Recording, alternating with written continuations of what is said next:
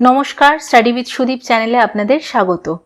আমাদের চ্যানেলে WBPSC clerkship এক্সামের একটা স্ট্র্যাটেজি সংক্রান্ত ভিডিও আপলোড করা হয়েছে। সেই ভিডিওটি যদি আপনারা এখনো না দেখে থাকেন, যারা ক্লার্কশিপের প্রস্তুতি নিচ্ছেন তাদের উদ্দেশ্যে বলবো প্লিজ একবার ভিডিওটি দেখে নিন, আশা করি আপনাদের হেল্প হবে। আর ক্লার্কশিপের ক্লাস কিন্তু অনেক দিনই আমাদের চ্যানেলে শুরু হয়ে গেছে। যদি সেই ভিডিওগুলো এখনো না দেখে থাকেন, আমরা অলরেডি PYQ করেছি, প্লাস ফুল লেন্থ ক্লাসও শুরু হয়েছে কনস্টিটিউশনের একটি ক্লাস দিয়ে। যারা সেই ভিডিওগুলো এখনো দেখেননি, প্লিজ চ্যানেলটা ভিজিট করে প্লেলিস্ট সেকশনে গিয়ে সেই ভিডিওগুলো অবশ্যই দেখে নিন। যারা প্রথমবারের জন্য আজকে আমাদের ভিডিও দেখছেন তাদের উদ্দেশ্যে রিকোয়েস্ট করব যে চ্যানেলটা সাবস্ক্রাইব করে বেল আইকনটা প্রেস করে আমাদের পাশে থাকুন। আর আজকের অঙ্কের ক্লাসে আমি ঠিক যেরকম আগের দিনের স্ট্র্যাটেজি ভিডিওটিতে আপনাদের বলেছিলাম যে এরপর থেকে আমরা অঙ্ক একদম ভেঙে ভেঙে আর আগের মতন করে করব না, একটু একটু করে আমরা লেভেল আপ করা শুরু করব, যাতে আপনাদের কম্পিটিটিভ এক্সামের যে অঙ্ক যে ধরনের হয়, কম্পিটিটিভ ম্যাথের প্রসিডিওরগুলোর মধ্যে আপনারা অল্প অল্প করে নিজেদেরকে অভ্যস্ত করতে পারেন। সুতরাং সেরকম কিছু শর্ট টিপস, শর্ট ট্রিক্স চেষ্টা করব আমরা প্র্যাকটিস করার এবং কনসেপচুয়ালি বোঝারও। ঠিক সেরকমই আজকের এই প্র্যাকটিস সেটটা ডিজাইন করা হয়েছে অ্যাকর্ডিংলি, যে কিছু অঙ্ক সহজ আছে, কিছু অঙ্ক কনসেপচুয়াল আছে। একটু একটু করে আমরা এবার সেরকমভাবে অঙ্কগুলো করার চেষ্টা করব। কেমন? আর একটা কথা যেটা বলার আছে সেটা হলো যে এরপর থেকে জিকে বা জিএস মানে জেনারেল স্টাডিজ, জেনারেল নলেজ বলুন বা অঙ্ক বলুন, আমরা যা যা প্রশ্নপত্র সলভ করব বা যা যা ক্লাস করব, মেইনলি আমাদের প্রশ্নগুলো কিন্তু ইংরাজিতেই থাকবে।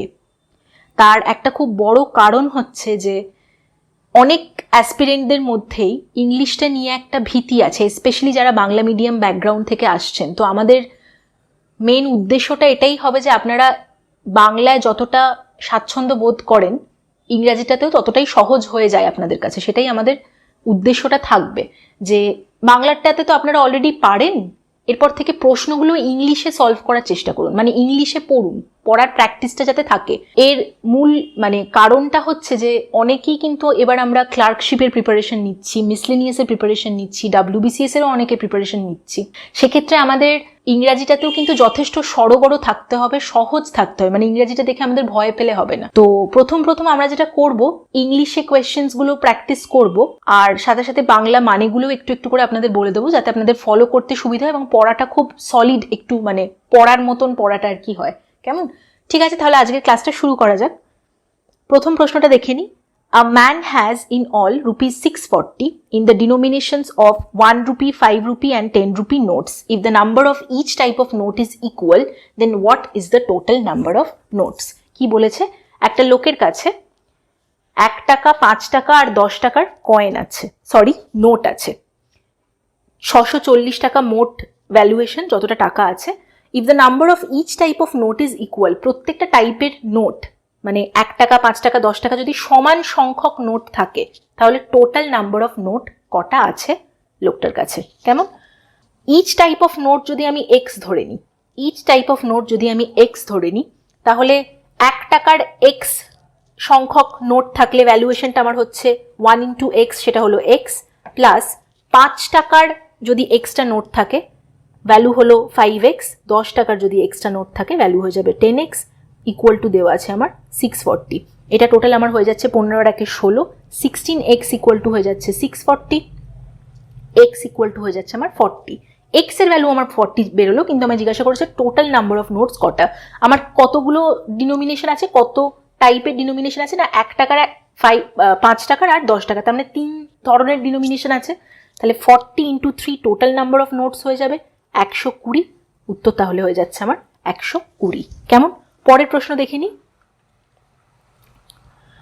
পরের প্রশ্ন আছে, in what ratio must a grosser mix 2 varieties of pulses costing ₹15 and ₹20 per kg respectively so as to get a mixture worth ₹16.50? এরকম অঙ্ক আমরা এর আগে বহুবার করেছি। এটা হচ্ছে মিক্সচার অ্যান্ড অ্যালিগেশন, মানে স্পেশালি মিক্সচারের একদম বেসিক অঙ্ক। তো ওই ক্রিস ক্রস মেথডে ঠিক যেরকমভাবে করি সেরকমভাবেই করে নেব। 15 আর 20 লিখতে হবে, আর মাঝখানে আমার মিক্সচারের ভ্যালুটা লিখতে হয় 16.5, তাই তো? এবার ডিফারেন্সগুলো দেখে নিতে হয়। এদিকে হয়ে যাচ্ছে আমার 1.5 আর এদিকে হয়ে যাচ্ছে আমার 3.50। 350:150, দশমিকগুলো সরে যাচ্ছে, উত্তর আমার হয়ে যাচ্ছে 7:3। কেমন? পরের অঙ্ক দেখে নি। Ravi has a box in which he kept red and blue marbles. একটা বক্সে লাল আর নীল মার্বেল আছে। The red and blue marbles were in the ratio 5:4. ঠিক আছে, red and blue marbles initial ratio আমার দেওয়া আছে 5:4. After he lost 70 marbles, 70টা লাল মার্বেল যদি হারিয়ে যায়, 70 red marbles যদি হারিয়ে যায়, the ratio becomes 2:3. New ratio আমার হয়ে যাচ্ছে 2:3. How many marbles does he have now? তাহলে রবির কাছে এখন টোটাল মার্বেল কতগুলো আছে? আচ্ছা, 70টা লাল মার্বেল হারিয়েছে। ব্লু মার্বেল তো আমার সেম, মানে সমান সংখ্যক আছে, এখনো তো ব্লু মার্বেল আমার সেম আছে। তাহলে 4 আর 3কে যদি আমায় সমান করতে হয়, দুটো রেশিওয়ে দেখুন, ব্লু মার্বেলটাকে যদি আমায় সমান করতে হয়, তাহলে আমাকে কি করতে হবে? 3 আর 4-এর এলসিএম বার করতে হবে। 3 আর 4-এর এলসিএম হলো আমার 12। তাহলে ওপরের রেশিওটাকে আমাকে 3 দিয়ে মাল্টিপ্লাই করতে হচ্ছে, নিচের রেশিওটাকে আমাকে 4 দিয়ে মাল্টিপ্লাই করতে হচ্ছে, সো দ্যাট আমার ব্লু মার্বেলের রেশিওর অংশটা সমান হয়ে যায়, তাই তো? তাহলে ওপরটার আমার কত ভ্যালু হচ্ছে? ওপরের নতুন রেশিওটার ভ্যালু হয়ে যাচ্ছে আমার 15:3-4-12, 15:12, আর নিচেরটা আমার হয়ে যাচ্ছে 2 4s are 8, আর এদিকে হয়ে যাচ্ছে আমার 12। ঠিক আছে, আচ্ছা, রেড মার্বেল দেখুন তো কতগুলো কমেছে, কত মানে রেশিওতে কমেছে, কত ইউনিট? 7 ইউনিট কমেছে। আমায় বলেছে 70টা রেড মার্বেল হারিয়ে গেছে, তাহলে 7 ইউনিট ইকুয়াল টু যদি 70 হয়, তাহলে 1 ইউনিট আমার হয়ে যাচ্ছে 10। ঠিক আছে, এই অঙ্কটা থেকেই কিন্তু রেশিওর কনসেপ্ট একটু একটু করে শুরু হচ্ছে। আমার প্রথম কনসেপ্ট হলো, যখনই আমি কোনো রেশিওকে এরকমভাবে মাল্টিপ্লাইটা করে নিচ্ছি যাতে একটা রেশিওর পার্ট সমান হয়ে যায়, আমি কিন্তু তখন আর পুরনো যে রেশিওগুলো থাকবে সেগুলো নিয়ে আমার কিন্তু আর কোনো কাজ তখন থাকবে না। কেমন? আমাকে তখন এই নতুন যে রেশিও আমি বার করেছি মাল্টিপ্লাই করে, এইগুলোর ওপরেই যা কাজ করার করতে হবে। আচ্ছা, আমায় জিজ্ঞাসা করেছে how many marbles does he have now. আমার নিউ রেশিও 8:12 এখন। ঠিক আছে, তাহলে 1 ইউনিট যদি 10 হয়, তাহলে 8 ইউনিটস হচ্ছে 80, 80টা রেড মার্বেল আর 12টা আমার হলো ব্লু মার্বেল। তাহলে 12 × 10 হচ্ছে 120। টোটাল আমার কাছে এখন মার্বেল আছে 200টা, 80 + 120। কেমন? আশা করি বোঝা গেল। পরের প্রশ্ন দেখে নিচ্ছি। Rahul is younger than Radha by 10 years. 5 years back their ages were in the ratio 1:2. How old is Radha now? Rahul রাধার থেকে 10 বছরের ছোট। 5 বছর আগে রাহুল আর রাধার বয়সের অনুপাত ছিল 1:2। রাধার বয়স এখন কত?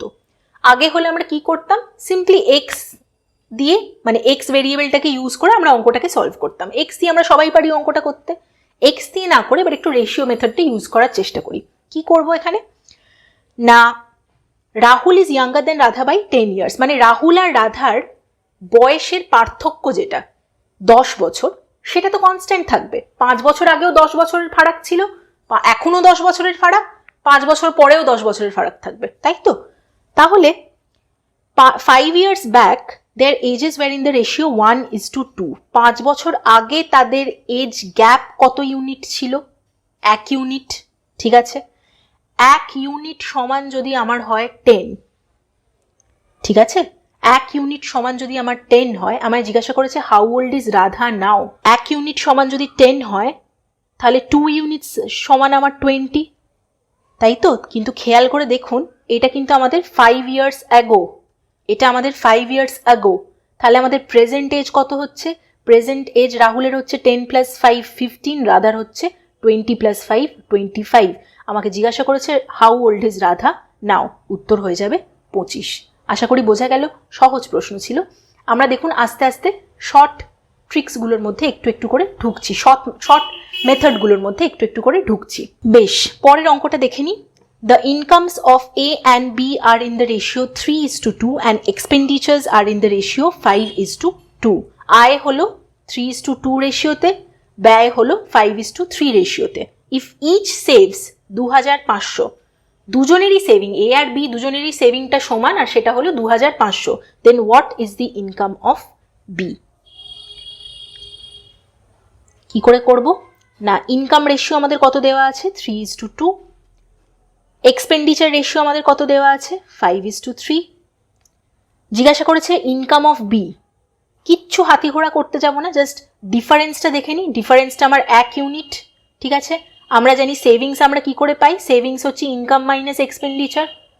আয় মাইনাস ব্যয় করলেই আমি কতটা সেভ করছি সেটা পেয়ে যাব, তাই তো। তাহলে 1 ইউনিট সমান আমার দেওয়া আছে 2500। আমায় জিজ্ঞাসা করেছে income of B. Income B এর কত ইউনিট, 2 ইউনিট। তাহলে বি এর ইনকাম কত হচ্ছে 25 ইন্টু 2, মানে 2500 ইন্টু 2, তার মানে হয়ে যাচ্ছে 5000। উত্তর হয়ে গেল আমার 5000। এটা সব থেকে সহজ এক্সাম্পলটা দিয়ে শুরু করলাম প্রথমে, ঠিক আছে। এবার এরই একটা, এই অঙ্কটারই আর একটা ভ্যারিয়েশন আমরা এর পরের অঙ্কটায় দেখে নিচ্ছি। চলে যাচ্ছি পরের অঙ্কে। পরের অঙ্কটা দেখুন। X and Y have their monthly incomes in the ratio 10:7, while their monthly expenditures are in the ratio 7:5. If they saved rupees 4,000 and 2,000 monthly, what is the difference of their monthly income? আগেরটাতে আমাদের কি, আগের প্রশ্নটাই কি ছিল না, এ আর B দুজনেরই কিন্তু monthly ইনকামটা সমান দেওয়া ছিল, তাই আমাদের বার করতে কোনো অসুবিধে হয়নি। এখানে দেখুন সেভিংসটা কিন্তু এক্স আর ওয়াই এর আলাদা। আগে হলে আমরা কি করতাম না, ইনকামটাকে আমরা এক্স ধরে নিতাম, তাহলে ইনকাম আমার 10x 7x, এক্সপেন্ডিচারটাকে ওয়াই ধরতাম, তাহলে এক্সপেন্ডিচার 7y 5y। আগে হলে আমরা করতাম 10x minus 7y equal to আমার দেওয়া আছে 4000, আর 7x minus 5y equal to দেওয়া আছে আমার 2000। দুটো লিনিয়ার ইকুয়েশন পেতাম, সেই দুটোকে সলভ করে এক্স আর ওয়াই এর ভ্যালু বার করে অ্যাকর্ডিংলি আমরা প্রসিড করতাম। কিন্তু এখন আমরা এটার মধ্যে আর যাচ্ছি না, দেখে নিচ্ছি ছোটভাবে কিভাবে করা যায়, শুধু রেশিও মেথড ইউজ করে আমরা এটাকে কিভাবে করব, ঠিক আছে। এক্স আর ওয়াই এর ইনকাম রেশিও আমাদের দিয়ে দিয়েছে 10:7। এক্সপেন্ডিচার রেশিও আমাদের কি দিয়েছে না 7:5। একটু মন দিয়ে এবার দেখবেন কি করছি। সেভিংস আমাদের ভ্যালু কত দিয়ে দিয়েছে না 4000 আর 2000। আমরা এবার ক্রস প্রোডাক্ট মেথডটাকে ব্যবহার করব। এই প্রসেসটাকে বলা হয় cross product method. Cross product মেথডটা কি না, হাতি ঘোড়া কিছুই না, কিন্তু কিভাবে করছি দেখে নিন। 5 × 10 50, 7 × 7 49, তাহলে 50 মাইনাস 49 হচ্ছে আমার 1 ইউনিট। একই রকমভাবে আমরা নিচটাও মাল্টিপ্লাই করব। 5 × 4000 হয়ে যাচ্ছে আমার 20000 মাইনাস 7 × 2000 অর্থাৎ 14000। ডিফারেন্স আমার কত হচ্ছে না 6000, ঠিক আছে। এই যে দুটো ডিফারেন্স আমি পেলাম, ঠিক আছে, আমরা এখানে লিখতে পারি তার মানে 1 unit is equal two 6000। 1 unit is equal two 6000। এই যে জিনিসটা আমরা পেলাম, মাথায় রাখবেন এটা সব সময় আমরা প্রথম রেশিওটায় ইউজ করতে পারবো। প্রথম রেশিও মানে হচ্ছে এই ইনকাম। একমাত্র এই ইনকাম রেশিওটার ক্ষেত্রেই কিন্তু আমরা জিনিসটাকে ইউজ করতে পারবো, বাকি রেশিওগুলোই কিন্তু ব্যবহার করতে পারবো না। ঠিক সেরকমই দেখুন প্রশ্নটা কিন্তু আমাদের জিজ্ঞাসা করেছে what is the difference of the monthly incomes, ঠিক আছে। একমাত্র এই ইনকাম রেশিওটাতেই আমরা এই ইউনিট দিয়ে যে ভ্যালুটা পুট পাচ্ছি সেটাকে আমরা ব্যবহার করতে পারবো। জাস্ট এইটুকুটা মাথায় রাখবেন। তাহলে আমাদের উত্তর কি হবে এবার না, আমাদের জিজ্ঞাসা করেছে what is the difference of there monthly income. আমরা রেশিওর ডিফারেন্স কত দেখছি 10 - 7, তাই তো। রেশিওর ডিফারেন্স দেখছি আমরা 10 - 7 অর্থাৎ 3 ইউনিট হয়ে যাচ্ছে আমার ডিফারেন্স ইনকামের। তাহলে 1 ইউনিট যদি 6000 হয় তাহলে 3 ইউনিটস কত হবে না 3 × 6 18,000। উত্তর হয়ে যাচ্ছে 18,000। কেমন? এটা জিজ্ঞাসা না করে আমাকে জাস্ট এক্স এর ইনকাম জিজ্ঞেস করতে পারতো, ওয়াই এর ইনকাম জিজ্ঞাসা করতে পারতো, সহজেই আমি বার করে দিতে পারতাম এখান থেকে। কেমন? আশা করি বোঝা গেল। দেখে নিচ্ছি পরের অঙ্ক। The ratio of incomes of A and B is 3:2 and ratio of expenditure is 4:3. If they save rupees 2000 and rupees 9000 respectively, find their incomes. একই রকম জাস্ট আরেকবার প্র্যাকটিসটা করে নিই। ইনকাম আমার কি বলেছে, না ইনকাম বলেছে আমার ইন দ্য রেশিও 3:2। এক্সপেন্ডিচার আমার কত বলেছে, এক্সপেন্ডিচার আমার রেশিও দিয়েছে 4:3। সেভিংস আমার কত হচ্ছে, না 2000 টাকা আর 900 টাকা, দুজনে আলাদা আলাদা সেভ করছে, আলাদা অ্যামাউন্ট কিন্তু সেভ করছে। কেমন? ফাইন্ড দের ইনকামস বলেছে। আগের টাইমে জিজ্ঞাসা করেছিল what is the difference between there income, এখানে আমাকে ইন্ডিভিজুয়ালি ইনকামটাকে বার করতে হবে। ওপরটা কত হচ্ছে সেই ক্রস মেথডে, ক্রস প্রোডাক্ট মেথডে দেখে নেব। 3 3s are 9 R 2 4s are 8, তাহলে 9 মাইনাস 8 হয়ে যাচ্ছে আমার 1, আর নিচে হচ্ছে আমার 3 দুগুণে 6, 6000 আর 4 9 3600, তাহলে 6000 মাইনাস 3600 হচ্ছে আমার 2400, তাই তো? 6000 মাইনাস 3600 হচ্ছে আমার 2400, তাহলে 1 ইউনিট ইকুয়াল টু আমি লিখতে পারি 2400। আমায় জিজ্ঞাসা করেছে ফাইন্ড দেয়ার ইনকাম, এর এ হচ্ছে 3 ইউনিট ইনকাম করে, তাহলে 3 ইউনিট আমার হয়ে যাবে 7200, এটা হয়ে যাচ্ছে এর income.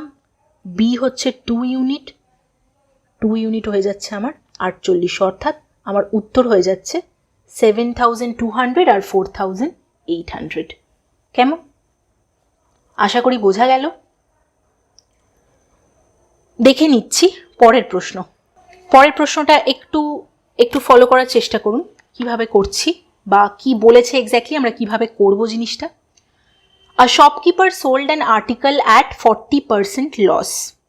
If he would have bought it for rupees 150 more and sold it for rupees 190 more, then the loss would be only 20%.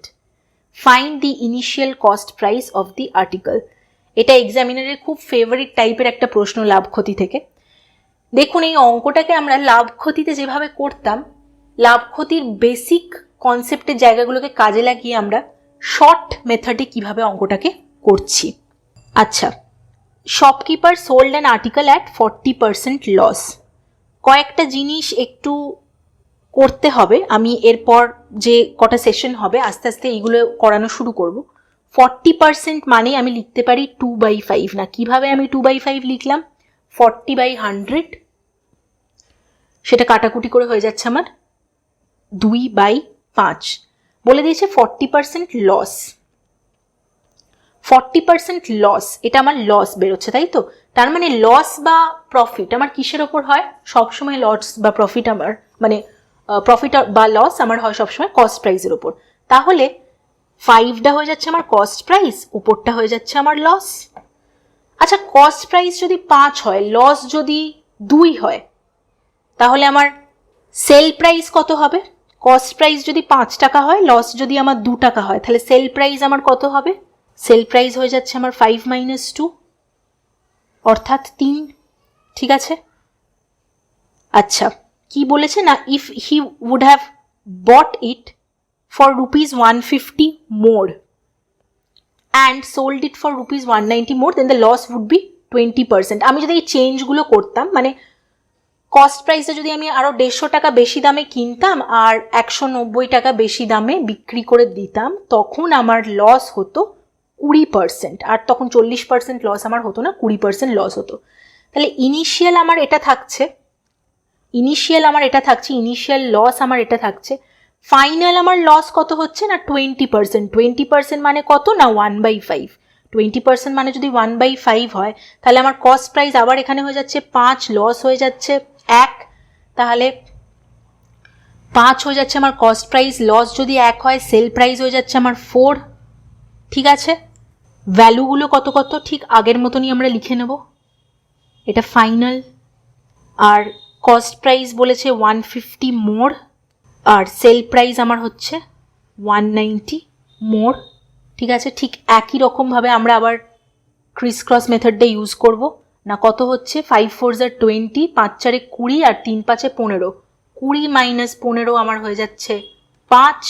ঠিক আছে, নিচে আমার কত হচ্ছে না 950 মাইনাস 15 4s are 60, তাই তো?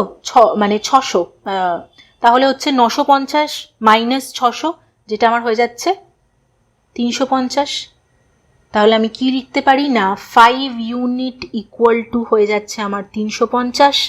1 ইউনিট কত হবে তাহলে? 1 ইউনিট আমার হয়ে যাচ্ছে 70। ঠিক আছে, আমায় কি জিজ্ঞাসা করেছে? Find the initial cost price of the article. Initial cost price আমার কত না 5 ইউনিট। তাহলে 5 ইউনিট সমান আমার হয়ে যাচ্ছে 350। তাই তো? আশা করি বোঝা গেল। খুব কনসেপচুয়াল অঙ্কটা ছিল, মেইন কনসেপ্টের জায়গা হচ্ছে আমার এইটুকুটা। কেমন? তার মানে দেখুন, এই ক্রিস ক্রস মেথডটা ইউজ করে আমরা শর্টে এই অঙ্কগুলো করতে পারছি। কেমন? দেখে নিচ্ছি পরের প্রশ্ন। A train running at a speed of 20 metre per second crosses a pole in 24 seconds less than the time it takes to cross a platform thrice its length at the same speed. গড়গড় করে অঙ্কটা পড়ে যাচ্ছি, আমি বুঝিয়ে দিচ্ছি তারপর। What is the length of the train? একটা train, তার স্পিড হলো 20 মিটার পার সেকেন্ড। ট্রেনের স্পিড আমার দেওয়া আছে 20 metre per second. Crosses a pole in 24 second.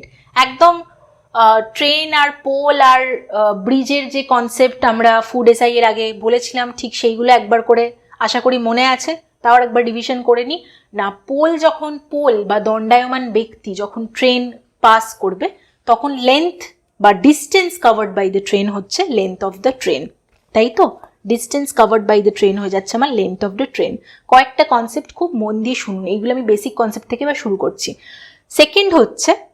Second হচ্ছে যদি প্ল্যাটফর্ম হয় বা ব্রিজ হয়, তাহলে সেটা হয়ে যাবে length of the train plus length of the platform or bridge. তাই তো? সেটা অ্যাড হয়ে যাবে, সেটা হয়ে যাবে আমার টোটাল ডিস্টেন্স ট্রাভেলড। ঠিক আছে, আচ্ছা, এটা গেল 1 নম্বর কনসেপ্ট আমার। সেকেন্ড কনসেপ্ট আমার কি? সেকেন্ড কনসেপ্ট আমার স্পিড ইকুয়াল টু আমরা জানি ডিস্টেন্স বাই টাইম। তাই তো? তাহলে distance equal to speed into time. এবার একটা জিনিস দেখুন, যদি ডিস্টেন্সটা আমার সেম থাকে, যে কোনো কিছুর ক্ষেত্রে ডিস্টেন্সটা যদি আমার ফিক্সড থাকে, ইনভার্স প্রপোর্শন মানে ইনভার্স রেশিও কীরকম হয় ব্যাপারটা, ইনভার্স রিলেশন কীরকম হয় ব্যাপারটা, ডিস্টেন্স যদি আমার যে কোনো ক্ষেত্রে সেম থাকে, একটা ভ্যালু যদি আমার কনস্ট্যান্ট থাকে, তাহলে স্পিড বাড়লে আমার টাইমকে কমতে হবে, আর টাইম বাড়লে আমার স্পিডকে কমতে হবে মানে কি? মানে সেরকমই কমে যাবে, কারণ ডিস্টেন্সটা আমার ফিক্স আছে। এটাকেই বলা হচ্ছে আমার ইনভার্স রিলেশন। তাই তো? তাহলে স্পিড আর টাইমের মধ্যে একটা ইনভার্স রিলেশন তৈরি হচ্ছে যখন আমার ডিস্টেন্সটা ফিক্স থাকছে। ঠিক আছে? আচ্ছা, এবার আমরা কিভাবে অঙ্কটা করব, কি বলেছে আগে অঙ্কটা সেটা আগে একবার দেখে নিই। একটা পোল 20 মিটার পার সেকেন্ড স্পিডে একটা পোল ক্রস করতে 24 সেকেন্ড কম সময় লাগে।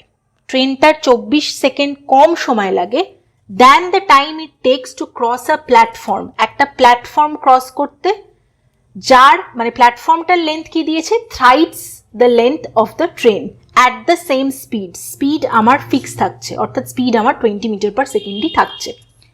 প্ল্যাটফর্মটার লেন্থ ট্রেনের লেন্থের 3 গুণ। একটা ইনফরমেশন হচ্ছে সেটা। আর সেকেন্ড ইনফরমেশন আমার দিয়েছে যে ওই প্ল্যাটফর্মটা ক্রস করতে যতটা সময় লাগছে, তার থেকে 24 সেকেন্ড কম লাগছে একটা পোলকে ক্রস করতে। ঠিক আছে? আচ্ছা, পোলকে যখন ক্রস করছে তখন ডিস্টেন্স ট্রাভেল কি হচ্ছে? পোলকে যখন ক্রস করছে আমরা বলে দিয়েছি ডিস্টেন্স ট্রাভেলড আমার হয়ে যাচ্ছে length of the train. Obviously সেটাকে আমি 1 লিখলাম। ঠিক আছে?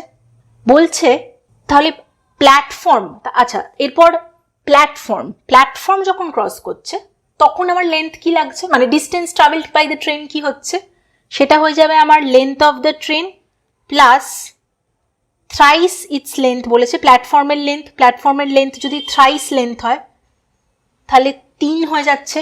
1 মিটারের যদি আমার ট্রেন হয়, সাপোজ 1 মিটারের যদি আমার ট্রেনের লেন্থ হয়, তাহলে 3 মিটার আমার প্ল্যাটফর্মের লেন্থ। তাহলে টোটাল আমার লেন্থ মানে distance travel by the train কত হচ্ছে? 1 + 3 4।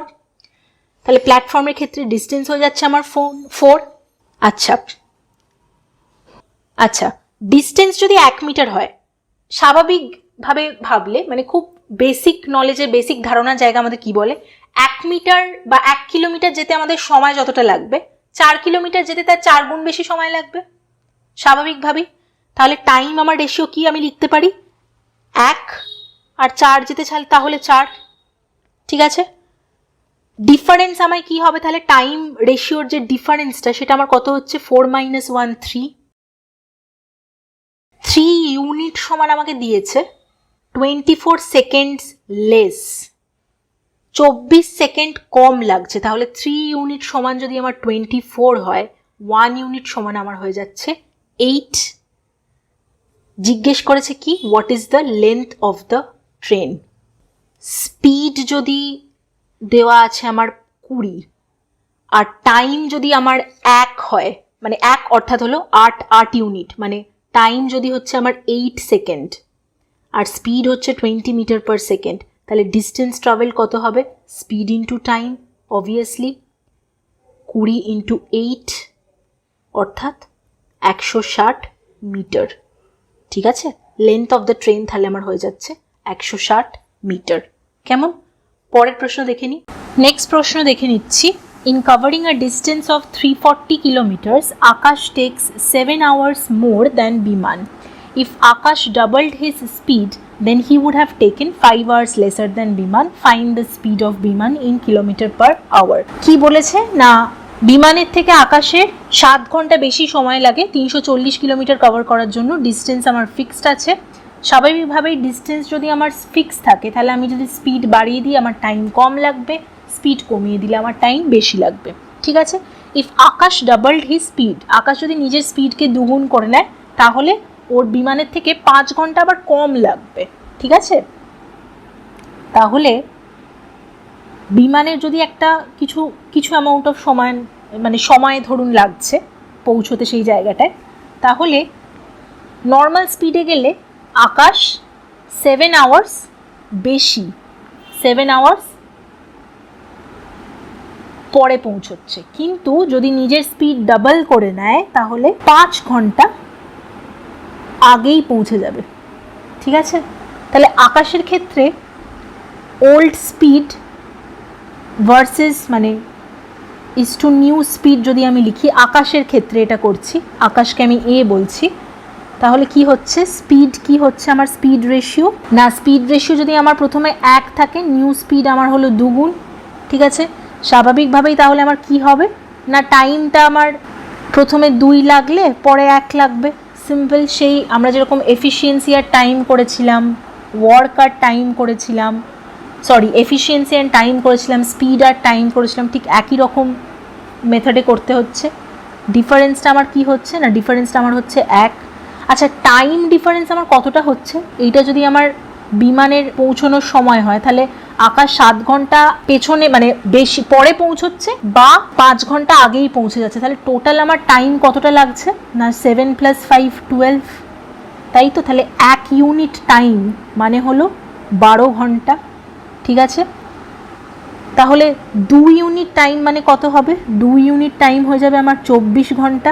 আচ্ছা, এটা কিন্তু আমার আকাশের স্পিডটা বেরোলো, আকাশের ইনিশিয়াল স্পিডটা বেরোলো, টাইমটা বেরোলো 24 ঘন্টা লাগছে।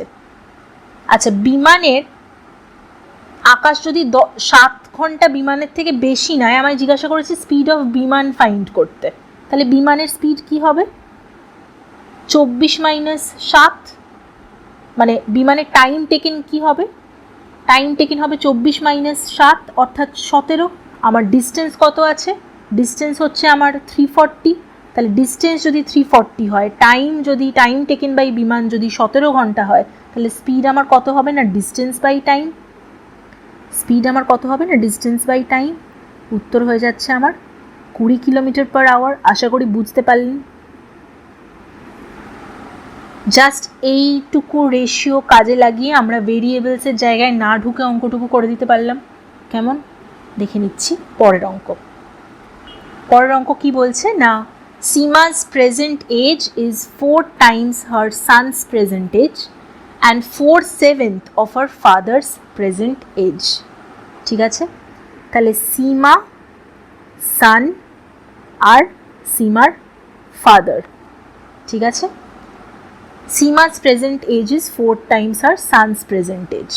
তাহলে সান যদি 1 হয়, সীমা হয়ে যাচ্ছে 4। ঠিক আছে, এইভাবে আমি লিখতে পারি জিনিসটাকে। আর কি বলেছে না 4/7 of our father's present age. তাহলে 4/7 of father equal to Seema হচ্ছে, এটাকে আমরা আরও কিভাবে লিখতে পারি না সীমা বাই ফাদার যদি এজ আমি করি তাহলে আমার হয়ে যাচ্ছে 4/7, অর্থাৎ ফাদারের রেশিও কতটা হচ্ছে না 7। কি বলেছে average of the present ages of all 3 of them is 32। ঠিক আছে, তিনজনের অ্যাভারেজ দেওয়া আছে 32, টোটাল কি হবে না ইন্টু 3, সেটা হয়ে যাচ্ছে আমার 96। কি জিজ্ঞাসা করেছে what is the difference between Seema's son's present age and Seema's father's present age. Ratio দেওয়া থাকলে আর আমরা যদি এখান থেকে মানে টোটালটা পেয়ে যাই তাহলে কী করবো না আমাকে রেশিও টোটালটা বার করতে হবে। রেশিও টোটাল আমার হচ্ছে 7 আর 4 11 আর 1 12। সান মানে ছেলের বয়স কত পাবো না 1/12 ইন্টু আমার 96, সেটা হয়ে যাচ্ছে 8। আর বাবার বয়স কত পাবো না 7/12 ইন্টু 96, সেটা হয়ে যাচ্ছে আমার 56। কি জিজ্ঞাসা করেছে না বাবা মানে দাদু আর নাতি বয়সের ডিফারেন্স, তাহলে 56 মাইনাস 12, অর্থাৎ উত্তর হয়ে যাচ্ছে আমার 44। কেমন, আশা করি বোঝা গেল। দেখে নিচ্ছি পরের প্রশ্ন। The ratio of the sum, difference and product of two numbers is 11:1:90 respectively. Find the sum of the squares of the numbers. Sum, difference আর প্রোডাক্ট দুটো সংখ্যার যোগফল, বিয়োগফল আর গুণফলের রেশিও দেওয়া আছে 11, 1 আর 90। জিজ্ঞেস করেছে sum of the squares of the numbers. তাহলে প্রথমে আমাদেরকে নাম্বার দুটোকে বার করতে হবে। কিভাবে করব? আচ্ছা, দুটো নাম্বার যাদের যোগফল 11 আর ডিফারেন্স 1 কি কি হতে পারে যদি আমি জিজ্ঞেস করি তাহলে কি আসবে আপনাদের মনে? 5 আর 6, 5 আর 6-এর যোগফল 11, ডিফারেন্স 1, আমি ধরে নিতে পারি 5 আর 6। ঠিক আছে, আচ্ছা 5, 6-এর তাহলে প্রোডাক্ট কত? 5, 6 প্রোডাক্ট হলো আমার 30। তাহলে আমি কি লিখতে পারি যে 30x equal to 90? 30x equal to 90 আমি লিখতে পারি। 5 আর 6 30 যদি হয় রেশিও ফর্মে দেওয়া আছে তাহলে 30x ইকুয়াল টু আমি 90 লিখতে পারছি। x ইকুয়াল টু তাহলে আমার হয়ে যাচ্ছে 3। ঠিক আছে, ইনিশিয়ালি আমি নাম্বারগুলোকে 5 আর 6 সাপোজেটলি ধরেছিলাম, তাহলে আমার নাম্বারগুলো এখন কত হচ্ছে না 5 3 15 আর 3 6 18। ঠিক আছে, এবার আমি করে নেব। জিজ্ঞাসা কি করেছে আমাদের না সাম অফ দ্য স্কোয়ারস। নাম্বারগুলো যদি 15 আর 18 হয় তাহলে নাম্বারগুলো যদি 15 কি বললাম হ্যাঁ নাম্বারগুলো যদি 15 আর 18 হয় তাহলে আমার কত হচ্ছে 15 স্কোয়ার 225 প্লাস আমার হয়ে যাচ্ছে 18 স্কোয়ার 324, তাই তো? তাহলে উত্তর হয়ে যাচ্ছে আমার 549। আশা করি বোঝা গেল। দেখে নিচ্ছি পরের প্রশ্ন। Raman's father was 36 years of age when he was born, while his mother was 32 years of age when his brother 3 years younger to him was born. আচ্ছা, প্রশ্নটা সাইজেই দেখতে খুব বড়, এমনি কিন্তু খুব সহজ। আমি ঠিক যেরকম বলেছিলাম যে এই প্র্যাকটিস সেটটায় কিছু সহজ প্রশ্ন আছে, কিছু কনসেপচুয়াল প্রশ্ন আছে। কিভাবে আমি লিখব দেখে নিই। কি বলেছে আমাকে না রামান যখন জন্মালো তখন রামানের বাবার বয়স ছিল 36। ঠিক আছে, while his mother was 32 years of age when his brother 3 years younger to him was born. Raman জন্মানোর 3 বছর পরে ভাই জন্মায়। তো ভাই জন্মানোর সময় রামানের মায়ের বয়স থাকে 32। কি জিজ্ঞেস করেছে? What will be the average age of his parents when his brother is 7 years old? ভাই 7 বছর যখন ভাইয়ের বয়স হবে তখন বাবা আর মায়ের অ্যাভারেজ এজ কত হবে? তাহলে ভাই যখন জন্মায় তখন বাবার বয়স কত হলো 36 + 3 39, আর মায়েরটা তো দেওয়াই আছে 32। এটা তো ভাই যখন জন্মালো তখন মা আর বাবার বয়স হলো। 7 বছর যখন ভাইয়ের বয়স হবে তখন কি করতে হবে না 39 + 7 তাহলে আমায় করতে হবে, সেটা হয়ে যাচ্ছে আমার 46, আর মায়ের বয়স হচ্ছে 32 + 7 39। কি জিজ্ঞাসা করেছে? অ্যাভারেজ, তাই তো। 46 প্লাস 39 ডিভাইডেড বাই 2, সেটা আমার হয়ে যাচ্ছে 42.5, তাই তো। উত্তর হয়ে যাচ্ছে 42.5। নেক্সট অঙ্ক আমরা দেখে নিই। A and B invested their sums in the ratio 5:8 for time in the ratio 4:3। বাহ, খুব ইন্টারেস্টিং অঙ্ক।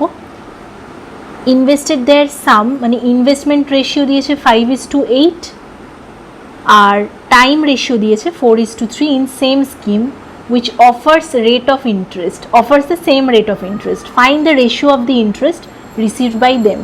আচ্ছা, আগে আমরা কি শিখেছিলাম না, ইন্টারেস্ট ইকুয়াল টু PTR/100, তাই তো। তো এর ক্ষেত্রে যদি আমি P1 T1 R ধরি, যেহেতু আমার রেট অফ ইন্টারেস্ট একই বলেছে, তাহলে IA আর IB মানে ইন্টারেস্ট, তাহলে আমার হয়ে যাবে P2 T2 আর R/100। এই R/100 অংশগুলো কেটে যাচ্ছে। যদি আমি IA বাই মানে ইন্টারেস্ট রেশিওটা বার করি, তাহলে আমার কি পড়ে থাকছে? P1 T1 by P2 T2, তাই তো। সেখান থেকে আমি কি করতে পারি না, রেশিও যেহেতু বার করতে বলেছে, 5 ইন্টু টাইম রেশিও হচ্ছে 4 আর নিচে হলো 8 ইন্টু বি এর টাইম রেশিও হচ্ছে 3, তাহলে 20/24 বা 5:6 হয়ে যাচ্ছে আমার উত্তর। এক লাইনের অঙ্ক হয়ে গেল। যেটা মনে রাখার এখানে, সেইটা একটুখানি এবার খেয়াল করুন। এই P1 T1 by P2 T2 অর্থাৎ ইন্টারেস্ট ইকুয়াল টু সবসময় আমার হয়ে যাচ্ছে ইনভেস্টমেন্ট বা প্রিন্সিপাল ইন্টু টাইম। প্রফিটের ক্ষেত্রেও আমরা সেটা জানি, profit equal to investment into time, একই জিনিস। জাস্ট তাহলে আমার রেশিও যখন করতে বলছে, সবসময়ই এই প্রিন্সিপাল ইন্টু টাইমের রেশিওটা করে দিলেই ইনভেস্টমেন্টের আমরা রেশিও পেয়ে যাব। বা এই জায়গায় যদি আমায় প্রফিটও জিজ্ঞাসা করে, যদি আমায় প্রফিটও বার করতে বলে, তাহলে প্রফিটের রেশিওটাও আমরা ওইভাবেই পেয়ে যাব, ইনভেস্টমেন্ট ইন্টু টাইম, তাই তো। এই জিনিসটুকুই আমাদের জাস্ট মনে রাখতে হচ্ছে। তাহলে ঠিক আছে, দেখে নিচ্ছি পরের অঙ্ক। নেক্সট কোয়েশ্চেন দেখি। B takes 40% more time than A, and if he works with 20% less efficiency, he can complete a piece of work in 21 days. In how many days A alone can complete the work? এটা দেখুন time and ওয়ার্কের প্রশ্ন আছে। এটা আমরা দেখব কিভাবে ratio মেথডে সহজে করা যেতে পারে। কেমন? আচ্ছা, ওয়ার্ক যদি আমার এফিশিয়েন্সি ইন্টু টাইম হয়, ঠিক আছে, আর ওয়ার্কটা যদি আমার কনস্ট্যান্ট হয়, তাহলে এফিশিয়েন্সি যদি আমি বাড়িয়ে দিই, আমার টাইম কম লাগবে। এফিশিয়েন্সি যদি আমি কমিয়ে দিই, অবভিয়াসলি আমার টাইম বেশি লাগবে কোনো একটা কাজ শেষ করতে। কাজের পরিমাণটা সমান মানে এক থাকছে, কনস্ট্যান্ট থাকছে, ঠিক আছে। তাহলে বি বাই এ আমি টাইম রেশিওটা আমি কি লিখতে পারি? বলেছে 40% মোর টাইম। তাহলে এ যদি 100 টাইম নেয়, তাহলে বি 140। রেশিওটা কত হচ্ছে আমার? রেশিওটা হচ্ছে 7:5, ঠিক আছে। এফিশিয়েন্সিটা কি হচ্ছে?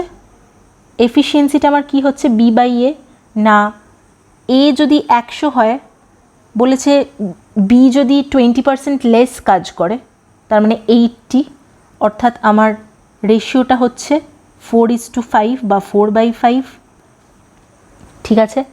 এবার আমায় কি জিজ্ঞাসা করেছে না, he can complete a piece of work in 21 days যদি 20% লেস এফিশিয়েন্সি দেয়। In how many days A alone can complete the task. তাহলে যেহেতু টাইম আমার ইনভার্সলি প্রপোর্শনাল টু এফিশিয়েন্সি, আগেই আমি যে জিনিসটা বললাম, তাই তো। তাহলে কি হচ্ছে আমার 7/4, অর্থাৎ আমার দেওয়া আছে he can complete a piece of work in 21 days, অর্থাৎ এই 7 ইউনিট যদি আমার ইকুইভ্যালেন্ট টু 21 দিন হয়, ঠিক আছে, তাহলে 1 ইউনিট আমার হচ্ছে 3, আর কি জিজ্ঞাসা করেছে না, in how many days A alone can complete the work. A alone তাহলে কত দিনে করবে না 4 ইউনিটস ইকুয়াল টু হয়ে যাবে আমার 4 × 3 অর্থাৎ 12 দিনে। কেমন? উত্তর হয়ে যাচ্ছে 12 ডেজ। ঠিক আছে, পরের প্রশ্ন দেখে নিই। পরের প্রশ্ন কি বলছে, খুব ইন্টারেস্টিং সুন্দর একটা প্রশ্ন এটা। The ratio of present ages of a couple is 6:5. After 3 years the ratio will be 13:11. If at the time of their marriage their ages were in the ratio 14:11, then how many years ago were they married? আচ্ছা, present age ratio একটা কাপেলের কি দিয়েছে আমার, সেটা হলো 6:5 present এজের ratio তাদের দুজনের। ঠিক আছে, আচ্ছা 3 বছর পর আমার রেশিও কি হবে? 3 বছর পর আমার রেশিও বলেছে 13:11 হবে। ঠিক আছে, আর বিয়ের সময় মানে টাইম অফ ম্যারেজ রেশিও কত ছিল? 14:11। এর আগে দেখুন ওই রাহুল আর রাধার অঙ্কটাতেই বলেছিলাম, যখন এজ ডিফারেন্স দুজনের বলে দেওয়া থাকবে যে এ অমুকের থেকে বি এর থেকে 5 বছরের বড় বা বি এর থেকে 10 বছরের বড়, তাহলে 5 বছরের বড় আর 10 বছরের বড় অর্থাৎ দুজনের বয়সের যে ডিফারেন্স সেটা তো কনস্ট্যান্ট থাকার কথা আমার, মানে সেটা 2 বছর আগেই হোক, 3 বছর পরেই হোক, 10 বছর আগেই হোক, যখনই হোক না কেন, আমার এজ ডিফারেন্স যেটা সেটা তো কনস্ট্যান্ট থাকা উচিত। কিন্তু আমার কি এইখানে এজ ডিফারেন্সগুলো কনস্ট্যান্ট থাকছে? দেখে নিই, বিয়ের সময় 3 থাকছে, প্রেজেন্ট আমার ডিফারেন্স 1, 3 বছর পর আমার ডিফারেন্স হচ্ছে 2, তাই তো, মানে কাপেলের দুজনের মধ্যে। তো এটা তো ঠিক হচ্ছে না। তাহলে এই 3, 1 আর 2, এই যে 3, 1 আর 2 এই ডিফারেন্সগুলোকে আমি সমান করব কি করে?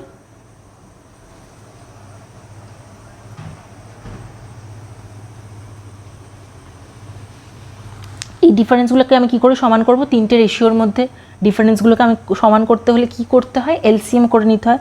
তাহলে 3, 2, 1 এলসিএম হয়ে যাচ্ছে আমার 6।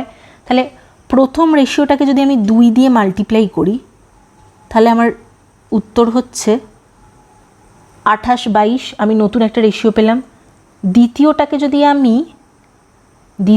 যদি আমি 1 দিয়ে মাল্টিপ্লাই করি,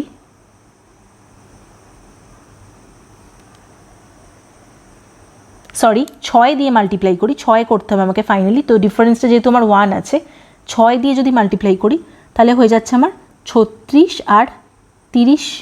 ঠিক আছে, আর 2টাকে আমাকে 3 দিয়ে মাল্টিপ্লাই করতে হচ্ছে যেহেতু ডিফারেন্সটা 2 আছে, তাহলে এই রেশিওটা আমার হয়ে যাচ্ছে 39:33। এরপর আমি বলে দিয়েছি যে আমরা আগের রেশিওগুলো নিয়ে কিন্তু আর কোনো কাজ করতে পারবো না, যেহেতু আমরা নতুন 3টে রেশিও ফর্ম করে নিয়েছি। ঠিক আছে, এবার ডিফারেন্সটা দেখে নিই তো কত হচ্ছে ডিফারেন্সটা। 6, এটাতেও 6, এটাতেও 6, ডিফারেন্সগুলো আমার 1 হয়ে গেল। বেশ, এবার আমায় কি জিজ্ঞাসা করেছে? How many years ago were they married. এইটা আমার প্রেজেন্ট এজ, ডিফারেন্স কত হচ্ছে? 8, এখানেও ডিফারেন্স কত হচ্ছে? 8, তাহলে 8 ইয়ার্স আগো তাদের বিয়ে হয়েছিল। আনসার হয়ে যাচ্ছে 8 বছর। কেমন? আশা করি বোঝা গেল। ঠিক আছে, দেখে নিচ্ছি পরের প্রশ্ন। If 378 coins consist of rupees 50 paisa coins and 25 paisa coins whose values are in the ratio 13:11:7, the number of 50 paisa coins will be. বেশ,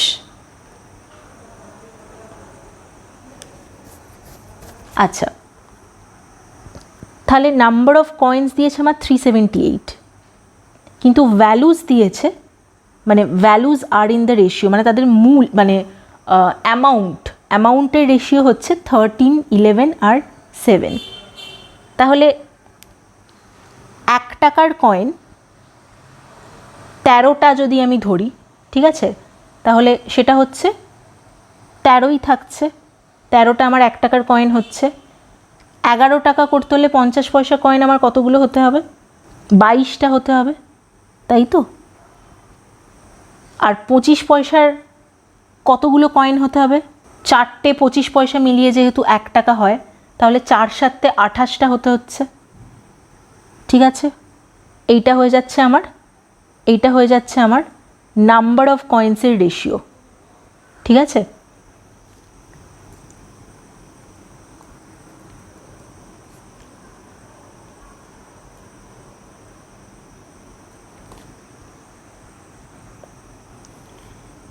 তাহলে আমার রেশিও সামেশন কত হচ্ছে? আমার কত হচ্ছে? সেটা হলো 63 ইউনিট যদি ইকুয়াল টু আমার হয় 378। ঠিক আছে, একটু খেয়াল করতে হবে জিনিসটা এখানে কি হচ্ছে।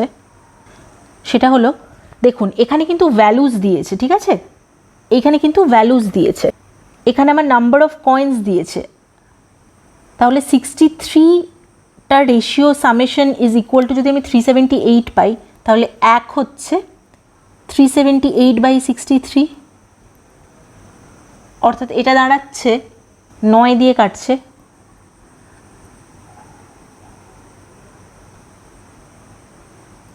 7 দিয়ে কাটছে, অর্থাৎ 6। 1 ইউনিট সমান হয়ে যাচ্ছে আমার 6।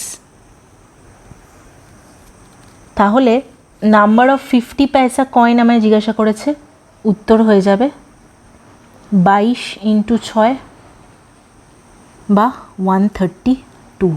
কেমন? এখান থেকে আমায় যেটারই কয়েন বার করতে দেবে তাতে আমার কোনো অসুবিধে নেই, যেটা খুশি বার করতে দিক। দেখে নিচ্ছি পরের প্রশ্ন। A box has 210 coins of denominations 1 rupee and 50 paisa only. The ratio of their respective values is 13:11. একই ধরনের অঙ্ক দিয়েছে, ওখানে 3টে ডিনোমিনেশন ছিল, এখানে 2টো ডিনোমিনেশন আছে। The number of 1 rupee coin is, খেয়াল করে দেখবেন এখানে কিন্তু ভ্যালুজ দিয়েছে আর এখানে কিন্তু কয়েন্স দিয়েছে, তাহলে আমাকে আগে এই ভ্যালুজটাকে নাম্বার অফ কয়েন্সে কনভার্ট করতে হচ্ছে। ঠিক আছে, নাম্বার অফ কয়েন্সে এটাকে কনভার্ট করতে হচ্ছে। 210টা কয়েন আছে, তাহলে 1 টাকা করে 13টা কয়েন হলে ভ্যালু হচ্ছে আমার, মানে নাম্বার অফ কয়েন্স আমার হচ্ছে 13। আর 50 পয়সার 11 ভ্যালু হলে, 50 পয়সার কটা কয়েন হলে 11 ভ্যালু হবে না? এটাকে আমাকে, মানে যেহেতু দুটো 50 পয়সা মিলিয়ে 1 টাকা হয়, তাহলে 11 দুগুণা 22টা কয়েন লাগবে আমার হতে। তাহলে কত? 11 টাকা হতে। তাহলে কত হচ্ছে সামেশনটা? একইভাবে 35, তাহলে 35 ইউনিট ইকুয়াল টু আমার দেওয়া আছে 210। 210টা যেহেতু কয়েন বলে দিয়েছে, 1 কত হবে? 1 ইউনিট ইকুয়াল টু কত হচ্ছে আমার?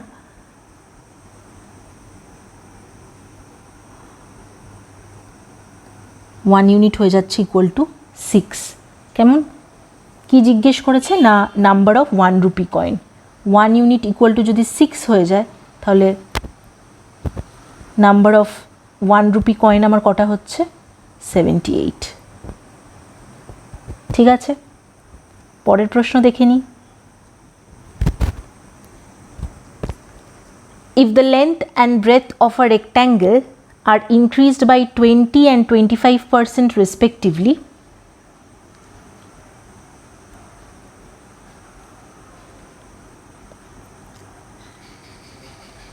what is the percentage increase in area of the rectangle? আগে হলে আমরা x ধরে করতাম, আর আমরা x ধরে করব না। কিভাবে করছি না, লেন্থ আর ব্রেথ, ঠিক আছে, ওল্ড আর নিউ। লেন্থ কত দিয়েছে? 20% বেড়েছে। 20% মানে হলো 1/5, আগেই করলাম। আর 25% মানে হলো 1/4, তাই তো? তাহলে ওল্ড লেন্থ আমার ছিল 5, লেন্থ বেড়েছে, কতটা বেড়েছে না 1 বেড়েছে, তাহলে 5 আর 1 6। নিউ ওল্ড ব্রেথ আমার ছিল 4, ব্রেথও বেড়েছে কত না 1, তাহলে আমার নতুন ব্রেথ হচ্ছে 5। ঠিক আছে, এবার জাস্ট রেশিওটা করে দেবো। তাহলে আমার ওল্ড এরিয়া কত হচ্ছে 20, আর নিউ এরিয়া আমার কত হয়েছে ইনক্রিজ হওয়ার পরে 30, উত্তর হয়ে যাচ্ছে। আচ্ছা, এটা হয়ে গেল আমার ওল্ড এরিয়া আর নিউ এরিয়ার মধ্যে ডিফারেন্স দেখে নেব। তাহলে ওল্ড এরিয়া আর নিউ এরিয়ার আমরা রেশিও পেয়ে গেলাম, এখান থেকে আমরা ডিফারেন্স দেখে নেব। ডিফারেন্স হচ্ছে 1, ডিফারেন্স হয়েছে কিসের ওপরে না অ্যাকচুয়াল এরিয়ার ওপরে, পার্সেন্টেজ ইনক্রিজ কতটা হয়েছে, অর্থাৎ 50% হয়ে যাচ্ছে আমার উত্তর। কেমন? লাস্ট প্রশ্ন আজকের, the ratio of expenditure The ratio of expenditures of A, B and C is 16:12:9 and their total income is 1530. Find B's income if they save 20%, 25%, 40%. আচ্ছা, সেভিংস যদি 20, 25 আর 40 হয় তাহলে এক্সপেন্ডিচার কত হচ্ছে আমার? এক্সপেন্ডিচার ABC এর কত হচ্ছে আমার? সেভিংস যদি 20, 25 আর 40 হয় 80, 25 হচ্ছে মানে 75 এক্সপেন্ডিচার, আর 40 হলে 60 আমার এক্সপেন্ডিচার হচ্ছে, তাই তো? কি দিয়েছে? Ratio of expenditures. তাহলে 80% of his income, 80% of his income যদি ইকুয়াল টু আমার 16 হয়, ঠিক আছে, তাহলে 100% কত হচ্ছে? 100% কত হচ্ছে?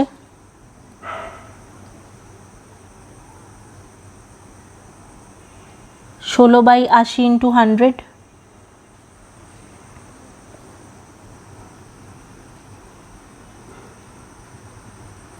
20, ঠিক আছে। 75% অফ বিজ ইনকাম যদি ইকুয়াল টু 12 হয়, ঠিক যেরকম দেওয়া আছে, তাহলে 100 কত হচ্ছে এটার না 12/75 ইন্টু 100,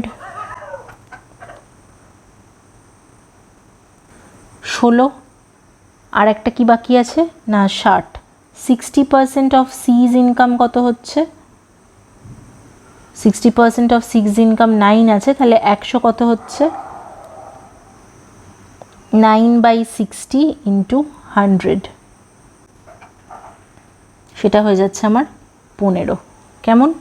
আচ্ছা, তাহলে রেশিও অফ দের ইনকাম কি পাচ্ছি আমি? রেশিও অফ দের ইনকাম হচ্ছে আমার 20, 16 আর 15। ফাইন্ড বিজ ইনকাম, বিজ ইনকাম বার করতে বলেছে, দেয়ারফর ইনকাম অফ বি হয়ে যাবে 16 বাই রেশিও টোটাল আমার হচ্ছে 51 ইন্টু টোটাল ইনকাম আমার দেওয়া আছে 1530।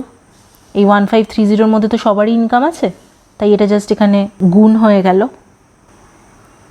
এটা 3 দিয়ে কাটছে মানে 30, 16 3s are 48, উত্তর হয়ে যাচ্ছে 480। সেরকমই যদি আমাকে এ বার করতে দিত, বি বার করতে দিত, একইভাবে আমি করে নিতে পারবো সিম্পল রেশিও মেথডে যেভাবে করছিলাম। ঠিক আছে, হয়ে গেল। তাহলে আজকের ক্লাসটা তাহলে এখানেই শেষ হচ্ছে। যদি ভালো লাগে তাহলে ক্লাসটা একটা লাইক করে দেবেন, আর যারা আপনাদের মতনই অ্যাসপিরেন্টস আছে তাদের সাথে শেয়ার করতে ভুলবেন না। নেক্সট ক্লাস থেকে আমরা পিওয়াইকিউগুলো, ক্লার্কশিপের পিওয়াইকিউগুলো অঙ্কের পোর্শনে সলভ করব, প্লাস ইংলিশ ক্লাসও খুব তাড়াতাড়ি শুরু হতে চলেছে। তো চ্যানেলটা ফলো করুন, চ্যানেলে চোখ রাখুন। ভালো থাকবেন, দেখা হবে নেক্সট ভিডিওতে।